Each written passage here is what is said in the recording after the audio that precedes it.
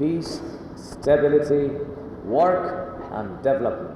জিয়াউর রহমান সেনানিবাস থেকে রণাঙ্গন, মুক্তিযুদ্ধ ও বাংলাদেশের স্বাধীনতা থেকে রাজনীতি সবকিছুকে যিনি গেঁথেছেন অর্থনীতির বুননে। স্বাচ্ছন্দ্য ত্যাগ করে জিয়া খাল, সেচ, ফসল আর আয়ে ঘেরা তার সবুজ বিপ্লব কেবল স্লোগান ধ্বনিতেই অনুপ্রাণিত করেনি প্রাণ, বাস্তবমুখী পরিকল্পনা এনে দিয়েছে সফল রূপান্তর, সফলতার যোগান।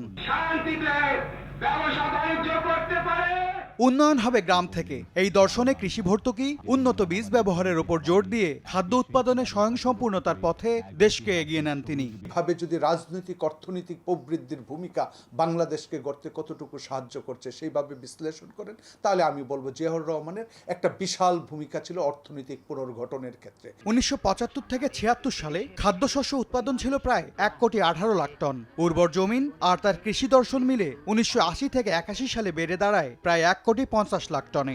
হ্যাসেল ফ্রি জীবনের smart companion Walton home and kitchen appliance. কিভাবে চাষযোগ্য জমি চাষযোগ্য করা যায় এবং চাষযোগ্য জমির পরিমাণ কিভাবে বৃদ্ধি করা যায়, খাল খনন কর্মসূচি ছিল একটা উল্লেখযোগ্য ভূমিকা। এবং উন্মুক্ত বিশ্ববাজারে বাংলাদেশের হিস্সা বাড়াতে 1976 সালে গঠন করেন জনশক্তি কর্মসংস্থান ও প্রশিক্ষণ ব্যুরো। ওই বছরই 6,087 জন বাংলাদেশি যান কুয়েতে, উন্মুক্ত হয় প্রবাসী শ্রমবাজার। 1981 সালে তা বেড়ে দাঁড়ায় প্রায় 55,000-এ।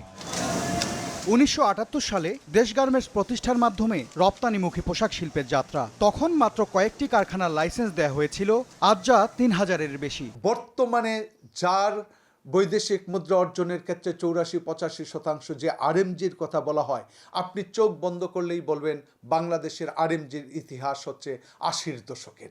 অতএব সেই জায়গাটা থেকেও ওই সূচনা লগ্ন যদি বলেন, তখন কিন্তু ভিত্তিপ্রস্তর স্থাপন হিসাবে ওই যুগটার কথাই, ওই সময়ের কথাই কিন্তু আমাদেরকে মনে করিয়ে দেয়। সমাজতান্ত্রিক অর্থনৈতিক কাঠামো থেকে বেরিয়ে বেসরকারি খাতকে অগ্রাধিকার দেন তিনি। রাষ্ট্রীয় মালিকানাধীন প্রায় 250-টির বেশি শিল্প ইউনিট ও কলকারখানা বেসরকারি খাতে হস্তান্তর করা হয় তার শাসনামলে। বেসরকারি খাতে ব্যাংক ও বীমা কোম্পানি খোলার অনুমতি দিয়ে আর্থিক খাতকে উন্মুক্ত করেন শহীদ প্রেসিডেন্ট জিয়াউর রহমান।